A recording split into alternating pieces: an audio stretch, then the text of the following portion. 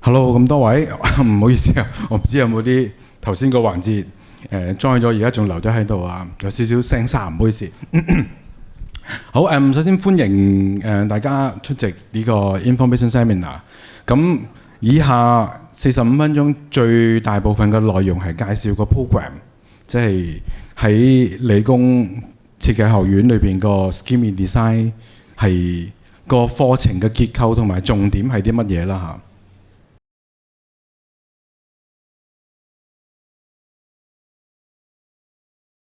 留意下啦，有可能有啲好類同嘅名，你要小心啲注意下。咁首先自我介紹下先，我係姚文圖啦。咁喺呢度已經10幾年啦。而家主力負責嘅係 Foundation Year， 簡單講即係1年班嘅事務收生Foundation 相關嘅嘢，咁我負責嗰度比較多。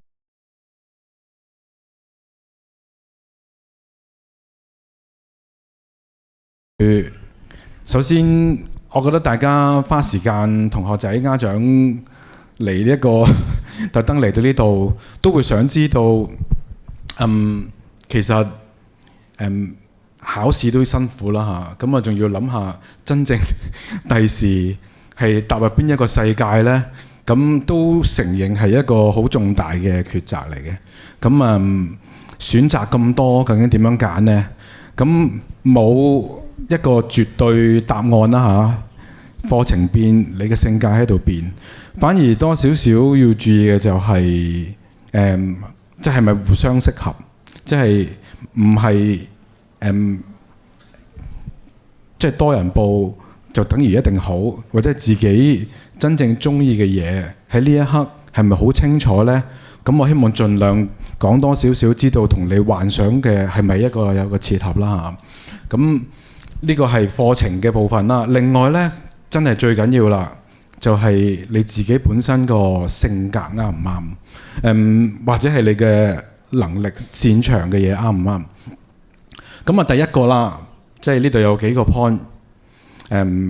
你哋對設計師啦，或者設計學生有冇一啲刻板印象㗎？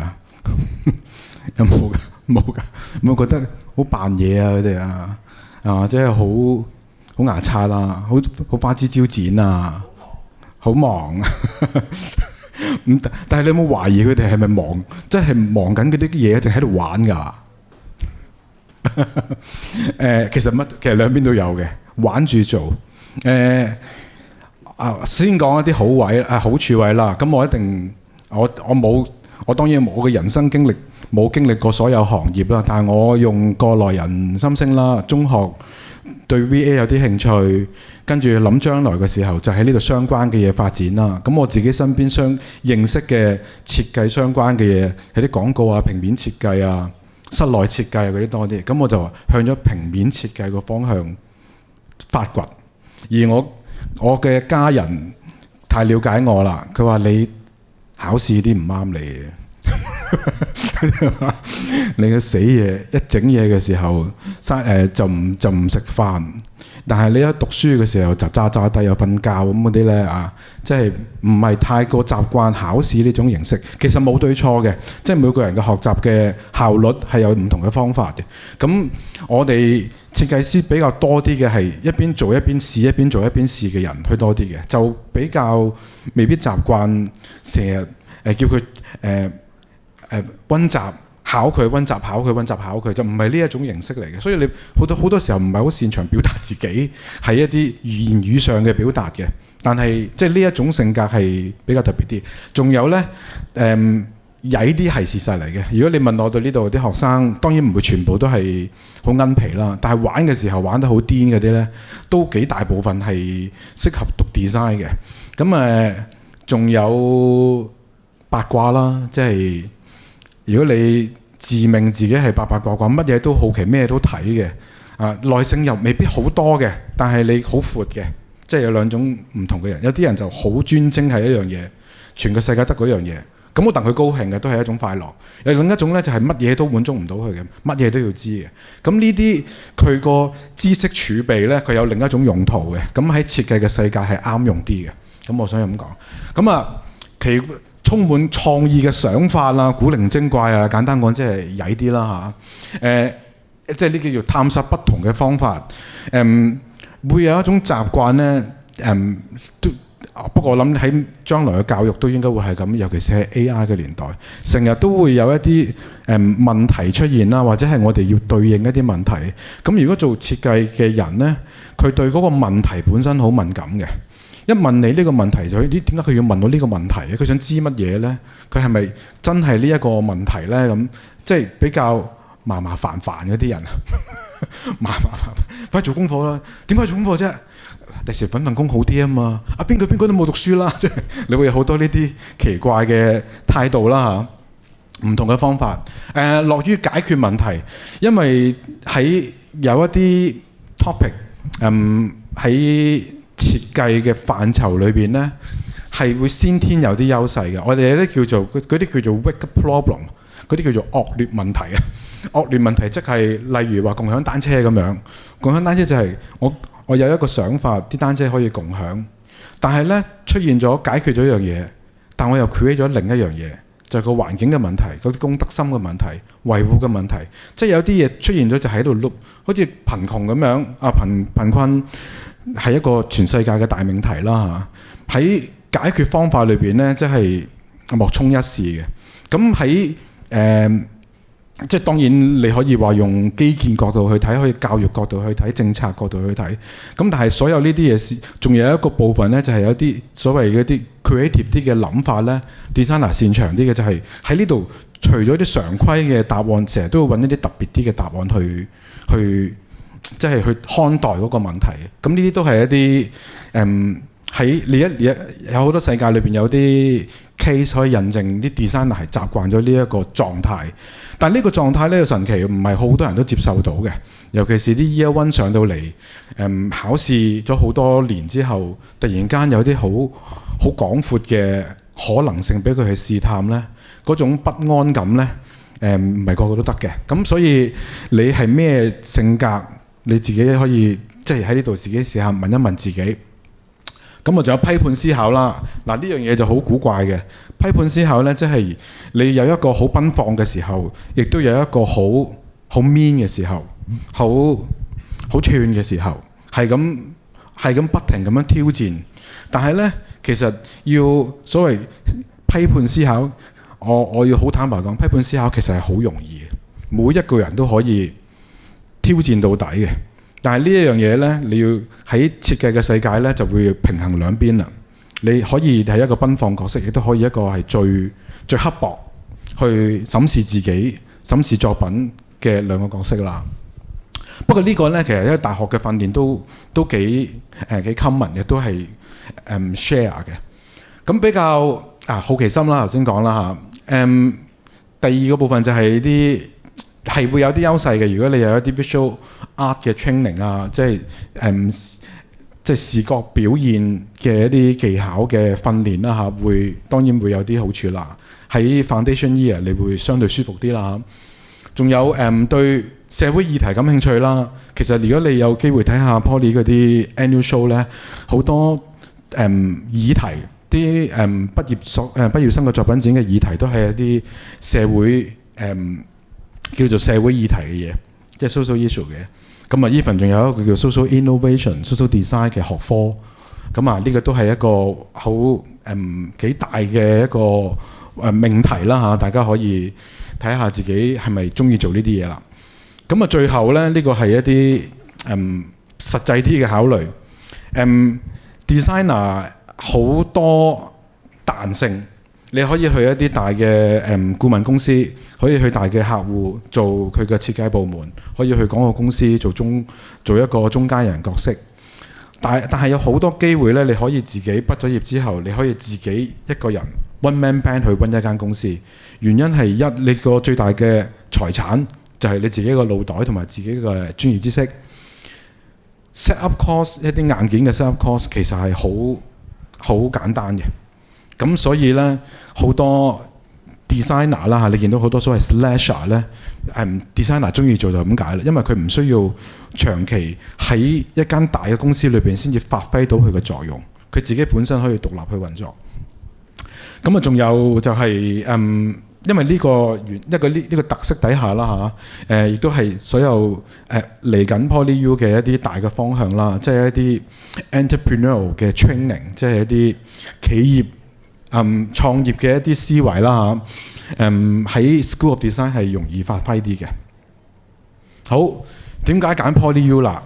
即係最怕呢啲自吹自擂嘅時候啦嚇，不過都總有一啲嘢可以講下嘅。首先 QS ranking 啦，叫做指標裏邊最公信力好啲嘅一個指標啦。咁係全世界2025年係22啦。呢7-8年個浮動位就係喺15至到20頭咁樣浮動嘅。咁呢一個係呢幾年嘅即係暫時去到個位置啦。咁仲有新嘅課程，頭先講設計教育嘅世界已經係提倡一啲跨界嘅機會探索嘅。咁所以咧喺呢4年有啲改動咧，就係以前你唔每一個專科就自己讀4年，但係我哋因為要鼓勵呢一種合作嘅能力，所以咧盡量揾機會俾同學有機會多啲做合作式嘅即係嗰啲項目 project。咁呢個係一個原因啦。所以有一個課程4年制，以前係專科由頭到尾4年變咗做一個漸進式嘅安排。咁漸進式第1年係一個所有人都讀同樣嘅嘢，但係去到第4年呢，第3、第4年呢就會讀你嘅專修科目啦。例如係環境設計，例如係嗰啲叫interaction 設計咁樣。咁嗰個係由以前5個延伸到去有9個嘅選擇。咁教學嘅語言啦，英文啦，咁算係好長歷史嘅設計學院。咁我相信你哋有機會見到啲資訊，都見到好多啲校友好多好叫做一啲殿堂級嘅人物啦，都可能係理工嘅舊生。咁當然冇咩好講，你咁多年歷史自然會有呢個現象嘅。但係確實唔可以排除呢一個係好好嘅資源嚟嘅，因為舊生有一個 community， 咁呢個手拖手喺一個行業裏邊係會多啲機會，呢個不爭嘅事實嚟嘅。咁國際化比例啦，40%係本地，60%係外籍嘅教授啦。咁呢個比例咁，都強調呢個國際化嘅，無論學生咁教師資源都係。跟住呢一棟大廈啦，我相信大家細細個見到呢棟好古怪嘅嘢，你都會起碼會記得啦。呢一個比較異類嘅一個建築物喺一個紅磚嘅建築群裏邊。咁呢個係一個標誌式嘅人物，叫做薩哈迪建築師。雖然好似喺6-7年前已經過咗身，咁呢度係佢一個legacy 啦，即係我哋仲可以喺呢個環境度學習。咁仲有啲人嘅 network， 仲有一啲合作院校同埋客戶嘅 network。咁喺工作上邊啦，或者係學習科目上邊咧，有好多跨國企業或者係本地嘅大企業會有一啲實際嘅，我哋嗰啲叫做 brief， 俾學科學生去嘗試去 practice。呢個係其一。咁嗰啲公司大到我諗即係嗰啲香港嗰啲都已經差唔多做勻晒㗎啦。耐唔耐就會有一啲機會。匯豐啊，只要我自己舊年就係 Starbucks 啊，即係一啲仲有啲 lab， 就譬如話嗰啲騰訊啊、NVIDIA 啊、TCL 啊，即係我記得嗰啲啦，起碼都係呢啲。咁嗰啲係一啲商業機構企業嘅一啲合作。咁大學裏邊咧就有好多我哋叫做 exchange 嘅 partner school。地域裏邊由美國、歐洲、亞洲都有。咁比較多啲嘅歐洲嗰邊係越嚟越多。咁例如德國啦、哥本哈根啦，仲有英國啦嚇，英國嘅 UAL 啦，咁啊仲有韓國啦，韓國嘅弘益啊，KAIS 啊，美國嘅 Cornell 啊，咁呢啲都有一啲叫做 partner 嘅 exchange 嘅機會。咁呢一 part 可以強調一下嘅，每個學生呢度3年班咧，都鼓勵大家去做一啲所謂 internationalize 嘅一啲活動啦嚇，例如 exchange，例如 study trip。咁每個學生都可以 apply 嘅。咁嗰個quota 係越嚟越多嘅，所以有啲學生嚟到呢度，去到3年班咧就會消失一個學期，可能去咗德國，可能去咗歐洲咁樣。好啦，跟住頭先講啦，一啲企業嘅訓練啦嚇，即係創業嘅訓練啦，咁會有特定嘅學科，直頭係教學生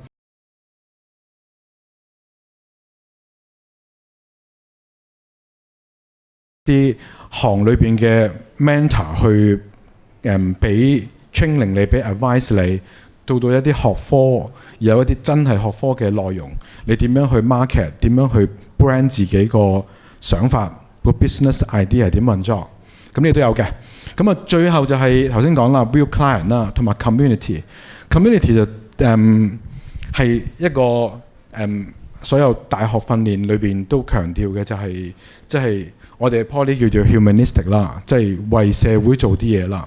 咁當然唔係淨係口號嘅，咁有一啲學科係每一個學生都要去參與嘅 service learning， 例如去照顧一啲即係 underprivileged 嘅嘢啦。例如我哋 SD 裏邊有個 project 就係長期去啲偏遠地方，去中國內陸啊，去日本啊，幫啲鄉村起橋啊，真係要去2個禮拜，真係要擔要抬咁樣起條橋嘅嗰啲 service learning。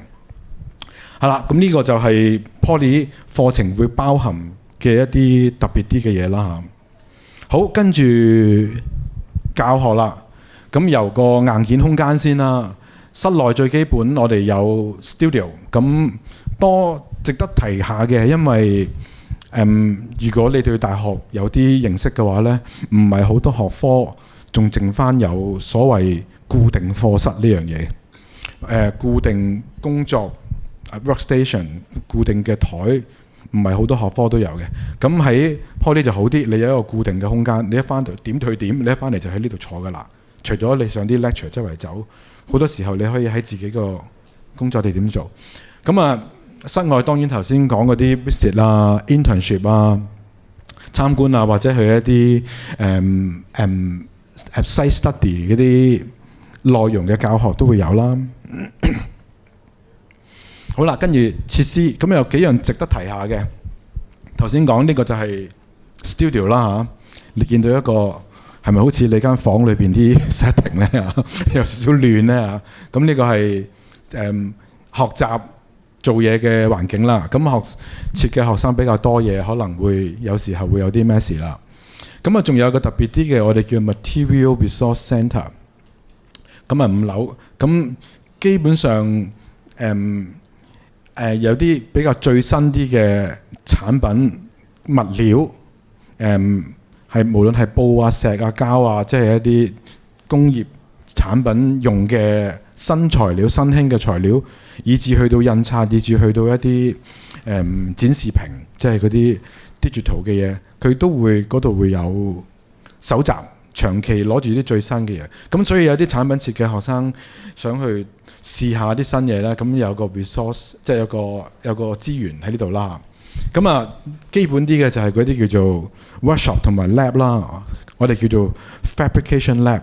咁就嗰啲機械臂啊、program 啊，即係 3D print 啊，嗰啲基本上都會可以喺呢度揾到嘅。咁啊，除咗呢個係 SD 裏邊嘅，仲有一個叫全港都算係幾出名嘅，叫做 IC Centre 嘅，即係 Industrial Centre。咁嗰度嘅硬件再新啲、再大規模啲，咁都係即係 School of Design 可以去用嘅。好，頭先講個新嘅課程嘅安排，呢個就係個一覽啦。第一年 Foundation Year 設計基礎，第2年有個叫做 Cluster， 3同4咧就係設計專修科啦。咁專修科你見到有九個 exit 啦，9個出路啦。咁但係所有學生入到第一年咧，都係 share 啲 common 嘅嘢。咁個好處係咩？有好處又唔好處啦。有啲學生好決斷，我係要做動畫師，咩都唔想嚟。咁咧唔好意思啦，入到嚟我荒廢你1年啦。希望你呢1年除咗動畫呢個世界，你被逼地望下其他嘅嘢。其實設計真係要呢一個學科係好需要開闊你嘅視界嘅，所以唔好咁快自己去即係閂埋自己嘅可能性。所以有一個 foundation， 咁大家學嘅基本嘢都係一樣嘅。跟住第2年呢個就叫做將你有興趣嘅學科將佢組合做一個 cluster。除咗例如係產品設計，咁其實產品我哋以前叫工業產品設計啦，其實已經慢慢係演化啦，即係一個大量生產工業化嘅嗰個係一個現成出現嘅嘢。但係喺讀設計呢方面呢，其實已經唔止呢一個內容噶啦，即係唔係去到鬥多鬥平鬥壓成本，仲有啲咩空間機會呢？咁其實喺新嘅世界睇 product， 其實佢講緊嗰個 user experience。咁 user experience 其實同 interaction design 嘅關係多啲嘅。即係舉個例子呢，就係以前產品設計個 brief 就係做電飯煲，咁你就係做一個電飯煲咯，係咪？一個4人、5人、8人，跟住用咩物料去做咗個電飯。但係如果你有一個 experience， 即係個體驗嗰個角度去睇呢件事呢，你就會諗多啲嘅。煮飯其實最擔心係咩呢？煮飯個方便程度係點樣呢？佢有啲咩多啲嘅體驗令到佢煮飯更加好啊？唔係淨係滿足到功能，係呢一個活動本身仲有啲咩可以再提升？咁嗰係產品體驗設計。咁所以呢度呢，你要就算真係有興趣讀 product design 都好，都逼你睇多少少佢嗰個周邊嘅可能性。咁呢個同一個一理通啦嚇，其他嗰啲環境設計啊、服務設計同埋傳意都係呢一個邏輯。好，第1年 basic 嘢，基礎嘅意思係由理論，即係一啲藝術歷史、設計歷史個藝術嘅發展。藝術係一個好年輕嘅一個科目，如果你比起其他唔夠100年。咁有一啲理論式嘅嘢個。即係出現過嘅一啲大影響嘅嘢，你會大概知啲啦。咁visualization 即係表達啦，簡單講，你識唔識得用？我哋以前讀平面設計係用視覺元素去做溝通。視覺元素有包含字，但係唔係淨係字咯。例如顏色，例如形狀、form， 一個。我哋嗰啲叫 layout 構圖咁樣，都係一啲傳達信息嘅手段嚟嘅，唔係淨係一啲字。咁所以嗰啲係一啲形象上嘅嘢。咁工作室就係一啲我哋叫做 studio subject。工作室如果有讀 SBA 嘅同學可能會習慣啲，就係有一個題目俾咗你，你會知道有好多過程要去探索㗎啦。咁喺個過程裏邊呢，每個星期就會同個導師咁樣佢有一個交流，可能係一個過程，可能係一啲當中嘅選擇，咁佢啲教法叫做嗰啲叫 scaffolding 啦，即係搭棚架咁樣一步一步搭上去嘅。Studio project， 咁喺1年班有，2年班都有，3年班都有嘅。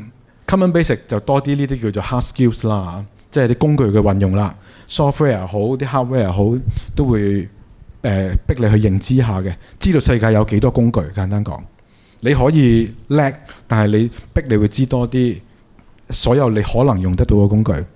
咁創意思維 design process， 除咗係一啲理論式嘅一啲，我哋嗰啲叫做一個 model， 一個模型。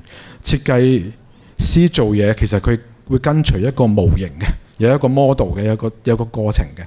呢個係其中一個叫 design process。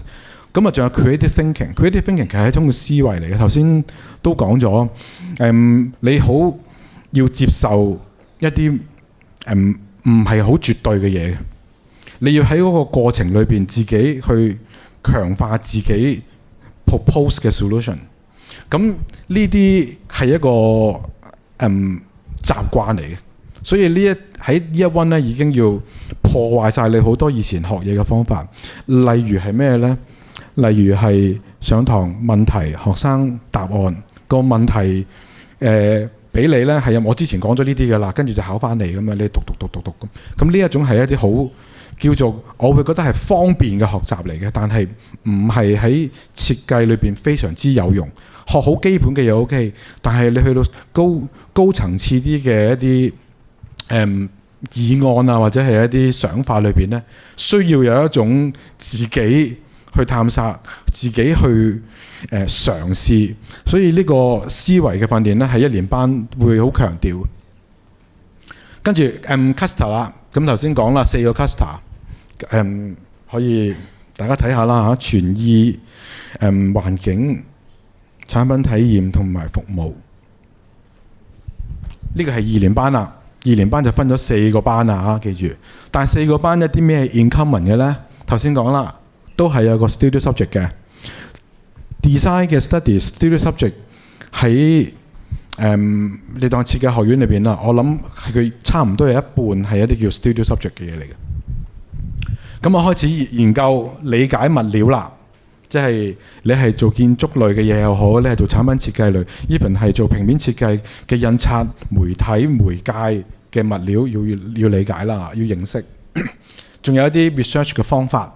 咁喺設計裏邊有一啲比較相關嘅research 嘅工具都要學嘅，要試嘅。presentation 啦，好重要啦，非常重要啦嚇。AI 係一個冇人可以避得開嘅趨勢啦，咁啊所以喺2年班成個 PolyU 會有一啲 in common 嘅 AI subject， 咁嗰個係一啲基本 AI 理論 theory 嘅嘢嚟嘅，但係會有一啲關 design 事嘅一啲 example 去做一啲即係應用上邊嘅一啲知識啦。跟住開始準備跨學科合作啦。咁呢個係首先喺 cluster 裏邊，我哋廣告設計可能同媒體設計裏邊有一啲即係相關嘅嘢，大家去一齊坐低去諗一啲 project 或者解答一啲問題嘅。咁學科嘅內容係啲咩呢？喺 cluster 裏邊，然後呢啲就可以答到 cover 都咁多啦。首先佢哋會認識呢一啲相關細微學科嘅內容。如果喺 media 裏邊一啲 video making 啦嚇，即係影像製作嘅嘢啦、動畫啦、IP 設計啦。咁如果關graphic design 嘅就係嗰啲 branding 啦、嗰啲 visual identity 嘅嘢啦。廣告事多啲嘅就係 consumer behaviour 啦，即係 marketing 啦。跟住仲有一啲所謂媒體上面嘅嘢啦。即係有一啲 social 嘅嘢，有一啲展示叫 wayfinding 嘅嘢，仲有一啲攝影嘅嘢、typography 嘅嘢。咁呢啲就係嗰啲 element 嚟嘅。跟住 E&I 啦嚇，即係公共空間啦、私人空間啦，即係一啲展示空間啦，或者係嗰啲博物館啊，仲有人同埋空間嘅關係啦，仲有物料啦嚇，當然仲有 texture、even pattern， 有好多相關喺 E&I 裏邊初步要知嘅嘢。仲有景觀設計啊嗰啲咁樣。呢個頭先講咗啦，product experience design， 即係喺呢個 cluster 裏邊，喺 product 都已經好多範疇，有啲homeware 啊、footwear 啊、transportation 啊，仲有電子電器啊，即係嗰啲啦嚇。咁啊，仲有一啲 user experience 嘅嘢會開始介紹啦，即係每一個產品由構思到去出 propose 你個 solution。當中考慮嘅過程係啲乜嘢啦？仲有係 internet 即係 interactive design 嘅內容啦 ，IoT 嘅嘢，少少 programming 嘅嘢，仲有啲人體工學嘅嘢啦 ，engineering 同 production 嘅都要知嘅。Surface Design 比較新啲，我諗喺呢度不出10年，應該係唔係17年開始，大概8年啦嚇。咁係香港比較新啲嘅類別嚟嘅。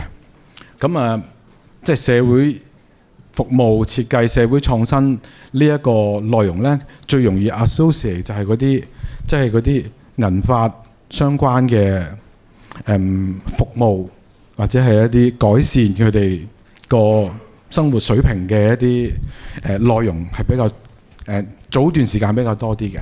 咁當然仲有好多頭先講解決社會問題嘅嘢啦。解決社會問題到好大嘅，頭先講貧富問題，或者係去到最簡單有啲人喺行街嘅時候，我見到嗰個清潔個姐姐喺旺角執好多嗰啲魚蛋籤咁樣啊，嗰啲會拮親佢隻手嘅啊，點樣可以令到佢做呢個清潔，做呢啲街邊小販同埋呢一個善後嘅時候，會有一個好理想啲嘅環境呢？咁呢啲係一啲社會創新，即係細微到咁樣啊！舊年有個喺度講執煙頭添，即係好細。好大到佢頭先講啦，即係解決一啲 SEN 學生嘅學習需要呢度有，所以有好闊嘅。咁所以係一個學科係注重嘅就係 for social good for community， 仲有佢哋嘅學習方式，佢哋嘅設計就唔係好多影像信息表達，佢哋係個參與成個過程裏邊咧，係我哋嗰啲叫做持份者。全部都喺一個即係一個小組裏邊去產生。咁當然由 social design 個人去 lead 住嗰個 flow。咁嗰個形式係有啲唔同嘅。咁呢叫 surface design。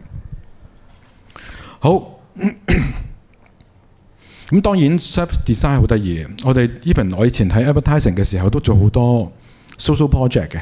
咁因為有好多大嘅集團咧，佢哋係有一個部門專門做一啲叫做 CSR， 叫做叫做社企責任嘅一啲項目，佢哋做呢啲嘢係免稅嘅，所以佢哋做好多。咁建立公司形象同埋 for social good 啦。咁所以啲 surface design 好多都係做呢啲 project 嘅。好，跟住9個專項啦，由廣告設計啦，其實我係嚟嘅時候係負責廣告設計嘅，仲有信息設計啦、媒體設計啦，頭先講啦，環境設計、室內設計、產品交互、社會創新同埋服務創新，係啦，9個學科。3、4年班咧就真係會喺嗰個專科裏邊運作㗎啦。即係如果你咁啱揀咗廣告啊，你唔好彩啦。咁你嚟緊嗰3、4年咧，其他嘅就排除㗎啦，真係做廣告為主嘅。除非喺4年班有一啲跨學科嘅 subject， 咁需要去同第啲人做，咁所以主力都係學翻專科裏邊嘅內容。咁包含嘅嘢就係嗰啲專業知識嘅嘢啦，即係行業架構、行業嘅 landscape 係點樣，行業對一個 professional 嘅要求係點樣啊？呢度會有啲 professional practice 啦。跟住頭先講個 service learning 啦嚇，3年班會做嘅。4年班會有一個叫 cooperative project， 咁就好多大機構咧就會攞住一個 brief， 就會嚟設計學院敲門。我係醫管局嘅，我想做一個 project， 係令到啲病人喺度療養嘅時候係有啲改善嘅，咁就嚟呢度敲門㗎啦，做一啲醫院嘅一啲 project。嗰啲係政府嘅嘢啦，咁啊頭先你見到深水埗啦，連深水埗區議會都話，深水埗個 image 唔得啊，我想改善下深水埗咁樣，就有啲學生去做呢樣嘢。校企合作 internship 係最有趣同埋最重要嘅。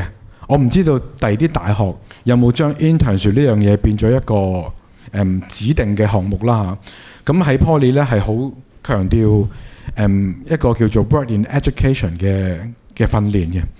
咁每一年3年班嘅暑假咧，所有 SD 嘅學生都要去做 internship， 你要自己去揾工，但係嗰啲公司嘅介紹，我哋會俾一啲 list 俾你參考，你知道邊啲公司係會即係多啲嘢學啦。咁每次4年翻到嚟完成咗，翻到嚟4年班咧，好大部分都係變咗另一個人㗎啦。可能受到現實嘅鐵拳重擊啦，俾啲老細鬧啦，冇鬼用啦嚇，話你啲Gen Z唔掂啦，即係好多。又或者以為自己好醒，點知以為自己畫嘢好靚，點知個老細撩兩筆咬住啖飯都靚過你嘅，佢即刻覺得冇晒自信咁樣啊！即係呢啲又有。咁所以咧翻嚟咧，好多喺個4年班，哇！嗰個衝刺嗰個學習嘅能力係 as 一個教師係最 rewarding。但係其實佢講到尾都係學生自己個 motivation， 所以 internship 好緊要 ，exchange 都有趣嘅，去體驗唔同地方。但係 internship 對每一個學生嘅影響太大。好啦 ，entrepreneurship 創業啦，有一個學科真係叫做 entrepreneurship 嘅。咁啊有啲 project 你去 initiate 一啲 business idea。咁仲有最後啦，就係個畢業展啦、畢業作品啦。每一個大學生都會有一個畢業project 噶嘛。可能係啦，有啲唔係啦。咁嗰個就我諗係因為4年班啦，經過一個改造啦，同埋佢就嚟踏入社會啦，同埋最後1年去審視自己嘅能力嘅時候呢，畢業作品就係一個最有效同埋最快學習嘅一個。我雖然佢係叫一個科目，但係我覺得係一個學生最後嘅一個里程碑啦，所以叫 capstone。咁呢個可以喺網站裏邊都有好多呢啲 annual show 嘅 archive， 去睇下。其實你要留意下90% of 嗰啲 work 咧係一個學生去處理嘅。你可以驚歎佢1年其實嚴格嚟講得嗰8個月時間，佢嗰個生產力同埋如果你有機會睇佢啲 process 係好豐盛嘅，我都會覺得。咁呢個頭先講啦，啲 example 啦，即係一啲企業合作啦。百個文化協會啊，呢個係有駱駝漆啊，咁呢啲就係嗰啲 internship 嗰啲學生自己嘅啲少少生活記錄。咁頭先講capstone project 係學生自己作品嘅，最開心亦都最印象深。我到而家都覺得即係本科大學畢業嗰個個人最終嗰個作品咧係印象深刻嘅。對自己有交代嘅儀式嚟嘅，只係一個。但係呢，其實喺3年前呢，開始俾多啲可能性俾學生啦。即係學生想選擇單打獨鬥，自己體驗呢啲生活，自己 test 自己能力可以。另一個呢，就係你可以喺呢度同其他同學去合作。即係如果我有一班好朋友，佢係讀 interior 嘅，佢係讀 product design 嘅，我係讀 communication 嘅，我哋可唔可以3個夾埋做一個 project 呢？有呢啲咁樣嘅空間嘅，你可以自己組隊去 suggest 一個 topic。咁我印象啲啦嚇，有啲前年有個啲 AD 嘅學生，就係做嗰啲ugly food，即係嗰啲有機食物嗰啲樣咪唔係好靚嘅，嗰啲成日俾人即係或者嗰啲食物個樣生得唔係好完美嗰啲會俾人掉咗去嘅。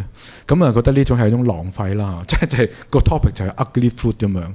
咁點樣可以將呢一類食物嘅所謂個商業價值將佢放到再大啲呢？嚇，或者改變人嘅睇法啦。所以唔同嘅學科都有佢個角度去睇呢啲 ugly food 嘅。咁呢度幾個 case 啦嚇，即係一啲社會議題啦嚇，即係可唔可以飄書得方便啲啊？又或者係啲特別嘅學生要點樣照顧啊？呢啲 example 啊。好啦，頭先講啦，最後啦，每年嘅終章一個學生嘅終章就係個 annual show 咁樣。咁呢個係25年嘅，咁8月就已經完結嘅啦。仲有啲作品你可以喺 YouTube 睇到嘅，其實 YouTube 都大致上睇到6-7成㗎啦，都可以。好，最後可能會關心啲嘅個出路啦。去到呢一樣嘢呢，實在係太闊啦。咁你話去到大啲嘅，去到嗰啲夢工場嘅又有，喺本地嘅，去國內嘅少啲啊，即係大家都明啦。又仲係一啲過渡期啦。咁但係喺本地嘅大企業啊，建築公司啊，或者係嗰啲叫做設計師，唔係建築師工作室啊，自己做一個interior designer 啊，仲有即係嗰啲自己嘅 brand 以外咧，呢啲比較大啲香港喺設計相關學科嘅一啲公司啦。其實我諗60年咁多年個足跡已經遍佈每個角落㗎啦。不過你可以想像頭先你喜歡嘅內容，如果我係中意書本設計、書籍設計嘅話，咁好明顯去出版社、去雜誌裏邊係會多啲啦。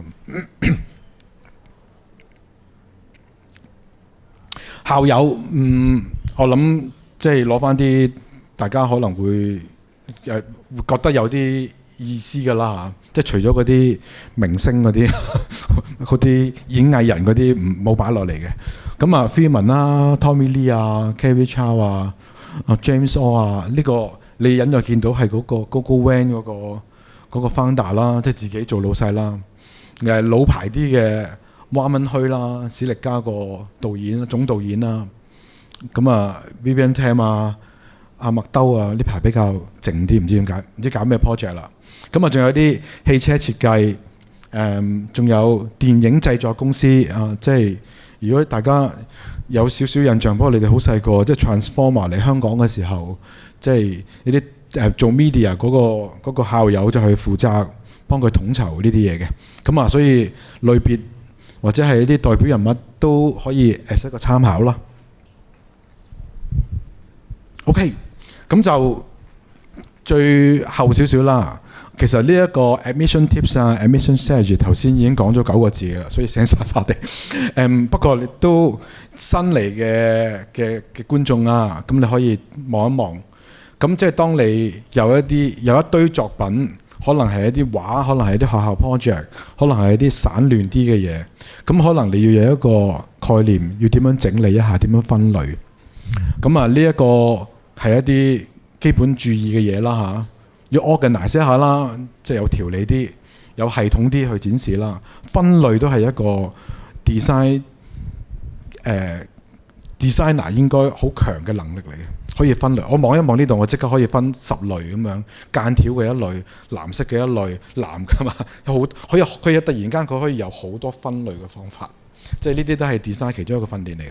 咁啊，仲有能力啦嚇，畫嘢又好，頭先阿 Paul 講，即係一啲喺社會上邊一啲觀察自己有啲少少有趣味嘅一啲記錄，嗰啲都係一啲可以擺喺 portfolio 裏邊出現嘅嘢啦。呢個different approach 同埋 diversify 其實係類同嘅，即係你諗一個 solution。舉例啊，我要表達開心，咁表達開心，個人都會諗有個樣笑，咪係開心咯，係咪表現？咁啊，其實你可以影一個人跳起，你可以佢揸住張中咗個六合彩，其實好多方法係咪啊？可以摸到隻好得意嘅狗，咁即係所有呢啲叫方法，好多方面嘅嘗試。咁 diversify 另一邊啊，即係你喺媒體上面嘅嘢啦，你中意畫嘢好叻，好多 sketch， 但係會唔會試下做一啲立體啲嘅嘢，譬如做啲紙雕類嘅嘢咧嚇，即係自己試下 explore 多啲唔同嘅嘢，咁嗰個都會對你個 portfolio 嘅整體嘅可觀性係會增加唔少價值啦。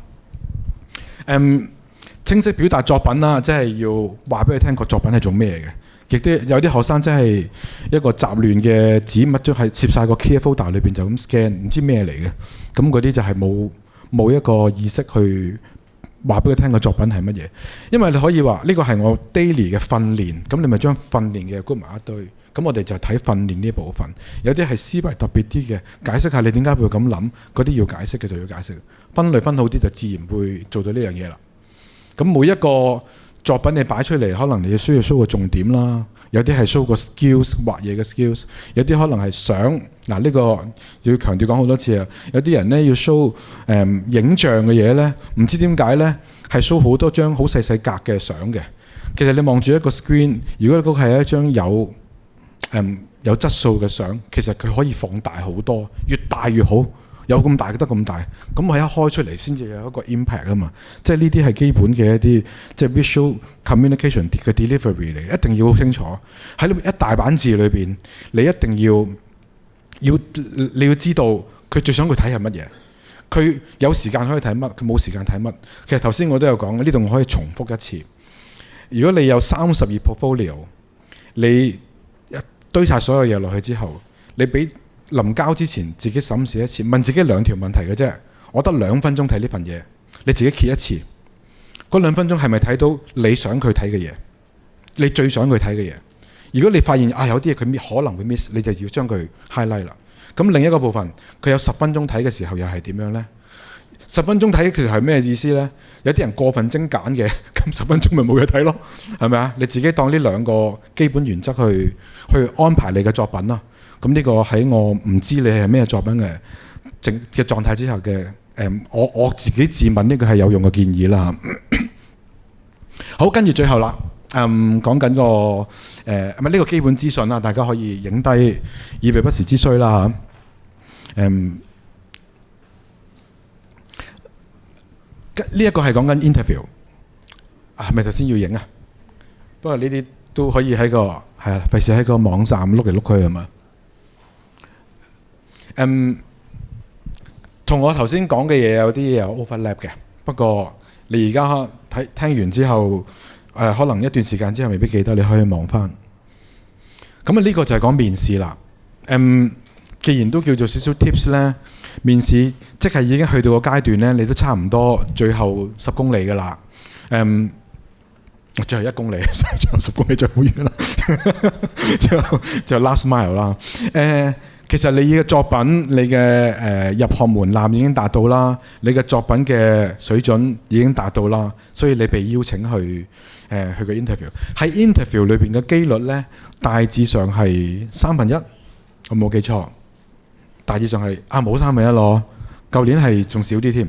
舊年好似係2分，唔係喎，係啱啱。舊年係1/5係嘛？咁去到嗰個階段咧，最後就係我哋嘅 interview 嘅重點係想知你嘅性格係點樣嘅啫。咁喺個交談裏邊，你對作品嘅理解係乜嘢啦？我哋有冇 get 錯，又或者係有冇 miss 咗呢啲作品嘅要留意嘅嘢啦？咁你可以有最後嘅機會。咁啊，最後就係知道你係咩人啦。你喺溝通上邊有四個範疇嘅，你個 thinking、你個 communication 同埋你個熱誠啊，即係咪好中意呢一科咧？係 OK。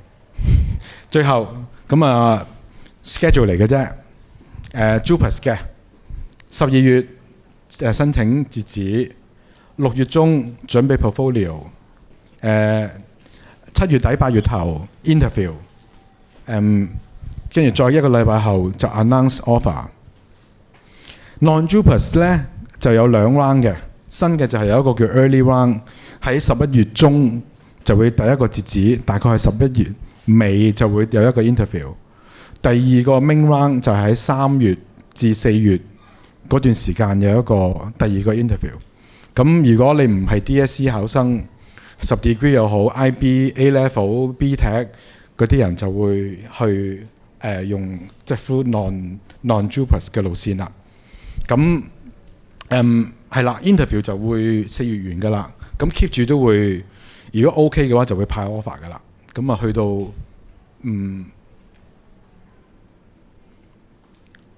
8月係啦 ，keep 住派嘅，派到去8月尾，派到最後嘅基本上係啦。咁啊大致係咁多啦。